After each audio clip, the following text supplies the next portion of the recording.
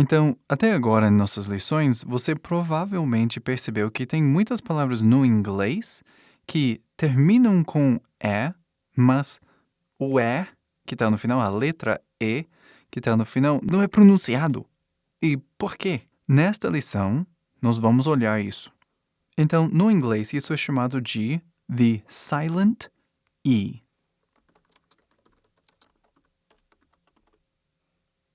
Silent significa silencioso ou mudo.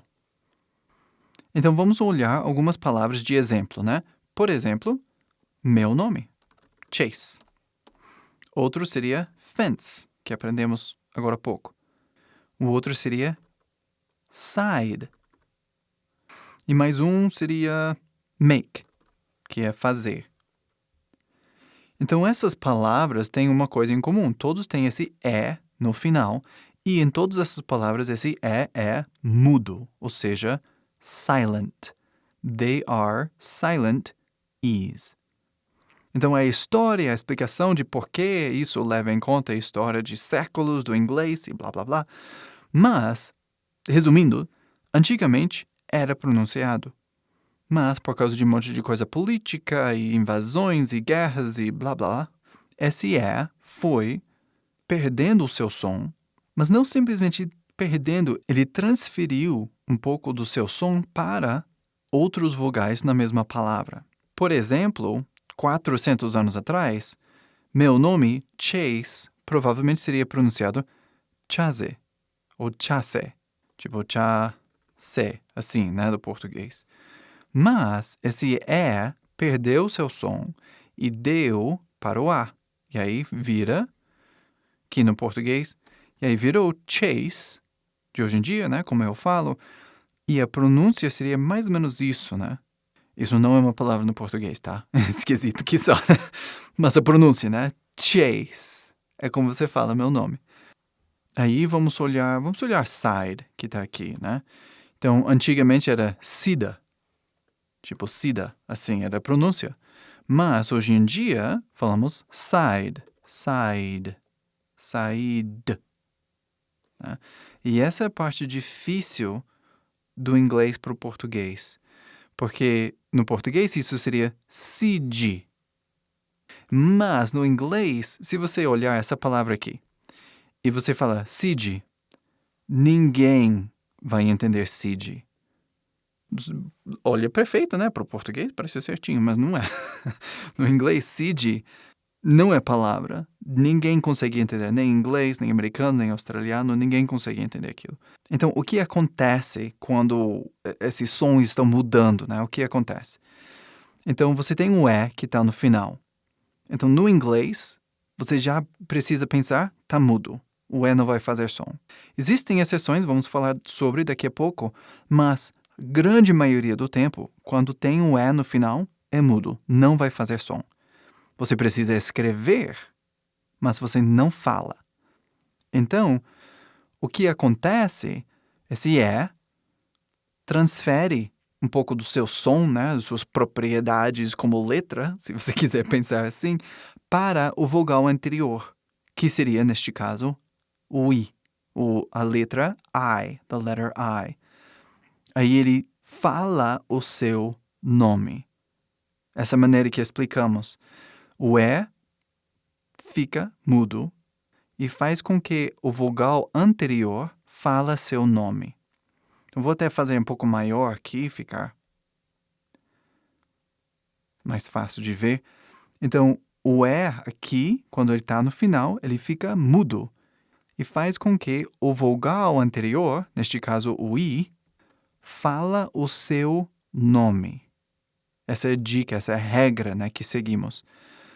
Então, sida, aí não dá, né, não é uma palavra.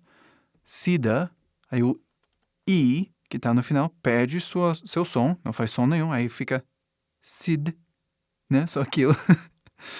Aí, transfere para cá. E ele fala seu nome. Qual é o nome dessa letra? O nome é I. Aí a pronúncia vira sai. Pronto. Acabou. E por isso olhamos antes, né, a pronúncia dessas letras, né? Porque o som do D é o mesmo sempre, no início, no final. Porque no português você fala dedo, né? Esse som de D, é o mesmo D do inglês. Mas se você falar side, no inglês não vai fazer sentido, porque side, side. Então, vamos olhar outra palavra aqui. Então, nós temos maqué, né? Mas o que isso significa? Como é que eu vou falar isso? Então, o tá no final, tá mudo. Então, não é maqué, é mac. Né? Mas o transfere seu som para o vogal anterior, que é o A. E aí faz com que esse vogal fale seu nome. O nome desse vogal, no inglês, é A. So, make. E aí só K, né?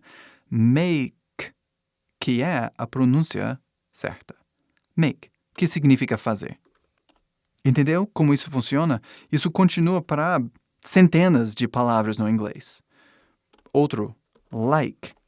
O E fica mudo, o I fala seu nome. Like, like. Entendeu? Outro, bike. Mesma coisa. E aí, like significa gostar de. E aí, bike significa bicicleta. E aí, outro seria tipo cane. Cane. Aí, cane significa bengala. Ou phone.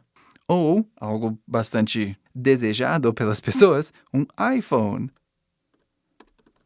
No inglês, falamos iPhone. Por quê? O E fica mudo. E aí, o vogal anterior, o O, somente o O, fala o seu nome.